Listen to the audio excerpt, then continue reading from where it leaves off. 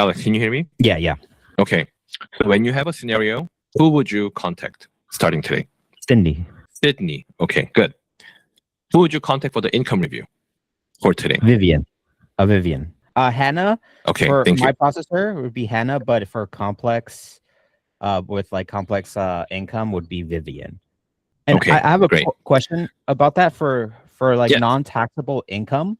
When it comes to FHA, that's 115% grossed up, right? And conventional is 125. Yes. Okay. All right. Thank you. Okay. And time to time, when the subject properties are non-warrantable, we can use a non-QM full doc. So you Okay. click the loan sifter, change the expanded guideline, and pick full doc. All right. Okay.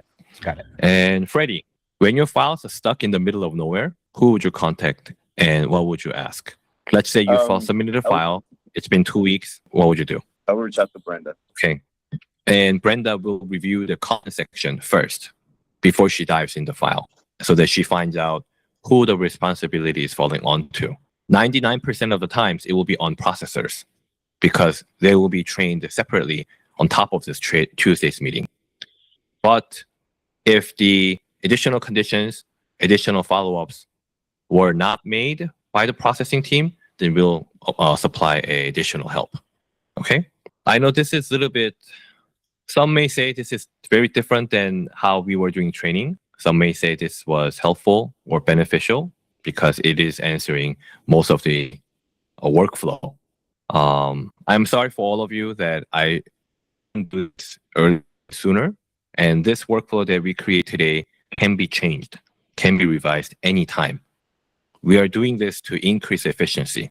We're doing this to make things better, not to slow anyone in this call to down or put anyone down. So if you have any, well, I'm going to assume that no one has questions because no one is asking, but shoot me a DM. I do have one, Peter, if I may. Yes. What's your question? Peter, it's ready. I just have a quick question with the XML interface between Calyx and ERP. Is that still in the works or is that going away? Can you repeat your question one more time? Yeah, on ERP, the XML, export import into Calyx. Is that going away or is that going to be back in the works or is it back on? It will be back in the works. We're still figuring out. So since the Calyx update, we were not able to change the PI when the rate is changed. So when the rate was quoted at 7% and we exported XML to the Calyx Point, Calyx Point was not allowing us to change that rate to 8% or payment change. So IT is working on it to fix the glitch. So we recommend the loan officer or processors to look into ERLA and type it in. I Any was other able questions? to use the XML yesterday.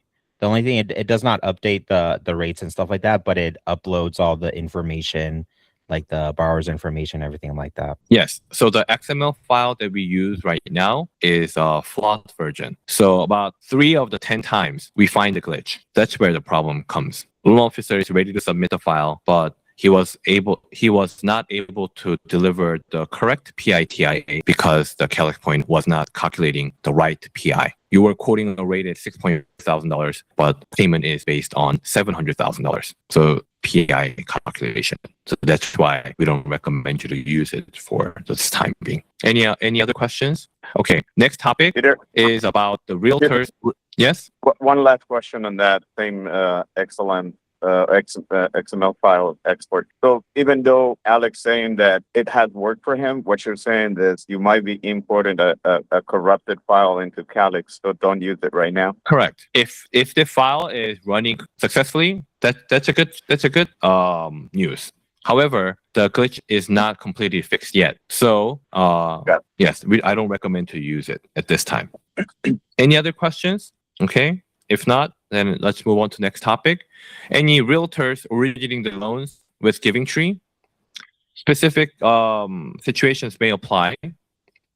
And for those who's originating in Georgia, I sent the new compensation agreement with comp plans. I'm going to do one-on-one review regarding this matter. And if you have any questions on it, we can cover this. But to generalize my statement, any comp plan that we signed up will be executed through a payroll system called Rippling. And after that fee is deducted, remaining portion will be 1099. So that is the baseline. And if you need specific information, then we can do the one-on-one call.